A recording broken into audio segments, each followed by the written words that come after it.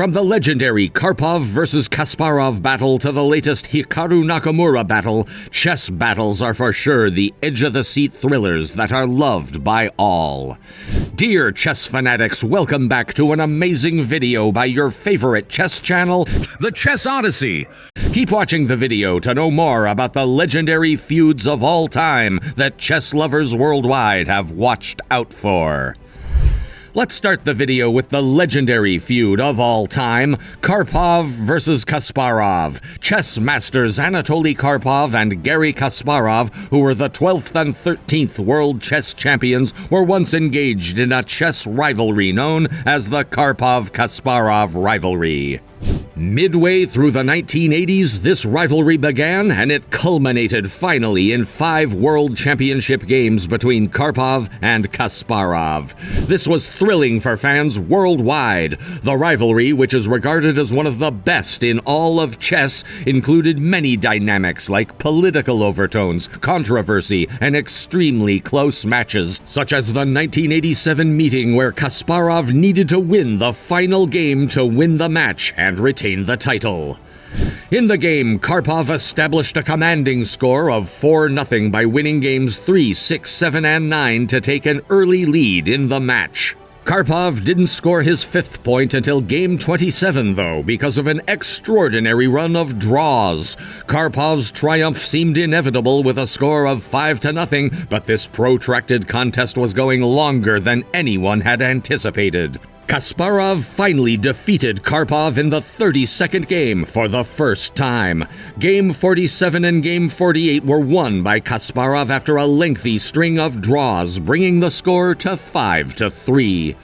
Despite the fact that both Karpov and Kasparov had said they would want the match to continue, Campomanes highlighted the two players' deteriorating health during the news conference when he made his announcement. It is said that during the course of the game, Karpov shed 10 kilograms of his body weight.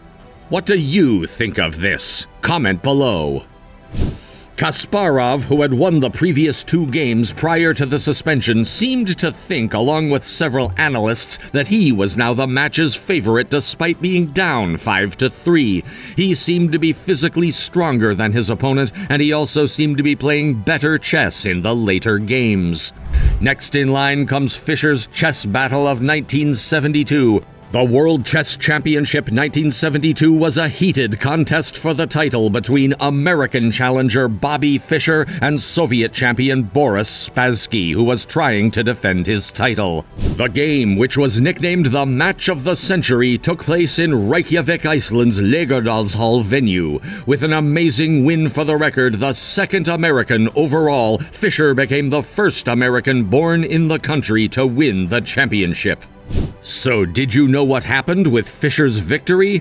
With Fischer's victory, the Soviet Union's 24-year dominance of the World Championship was briefly terminated. If you are still watching this video, do not forget to click like and subscribe for the best chess content. This next amazing battle, and surely one for the books, would be the chess battle of Ru Yi and Boston Mike. Just take a look at this clever and smart 9-year-old girl named Ru Yi doing what she does best and winning over an astonished Boston Mike. Ru Yi has been nicknamed Ruthless Ru Yi for very obvious reasons. She just shushed the hell out of Boston Mike with her ruthless rook move. The next battle to be mentioned would be that of Hikaru Nakamura, one of the chess world's most well-known players. This was quite a battle that happened over time and that was established online and offline by the two players. What battle of ego do you think happened this time? Since they are both seasoned participants in the competitive chess scene, Hansen and Nakamura have previously engaged in heated competitions. Hansen and Nakamura engaged in a blitz bout during which they miscommunicated. Nakamura rejected Hansen's draw offer when Hansen made it. Shortly after, Nakamura made a draw offer to Hansen. Hansen did not accept. Nakamura protested by letting the blitz's timer expire. Nakamura also stated that Hansen should have conceded the draw and that it was impolite to choose to extend the game in order to win by flagging.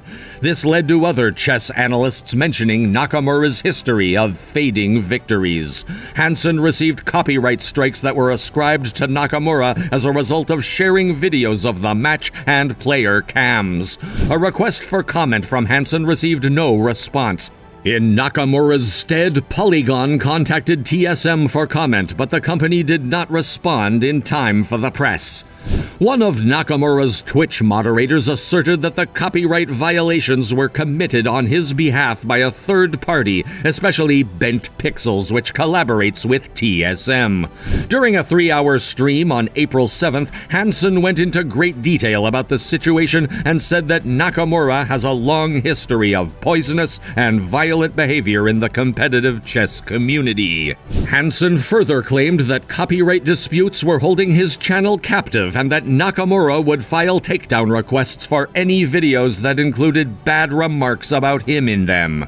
The chess community was in shock following Hansen's discussion of a physical altercation that occurred in 2018 at a party in St. Louis during an intoxicated blitz match. Other well-known chess players were also at the party during the conflict in the freshly released complete clip posted on YouTube.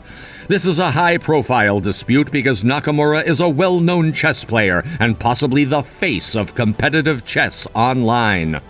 Large forums like chess.com or the chess subreddit are compelled to censor the conversation, thus some members of the chess community are choosing not to comment. Other online groups such as the Anarchy Chess subreddit are exploding with memes referencing the issue. The whole situation serves as a reminder that no matter how unassuming or unremarkable a community may seem from the outside, it is always complicated and multi-layered for those who are a part of it. Hikaru Nakamura, a TSM chess player, said the following to Polygon. "This has gone far enough. This is not only bad for all involved, but bad for chess.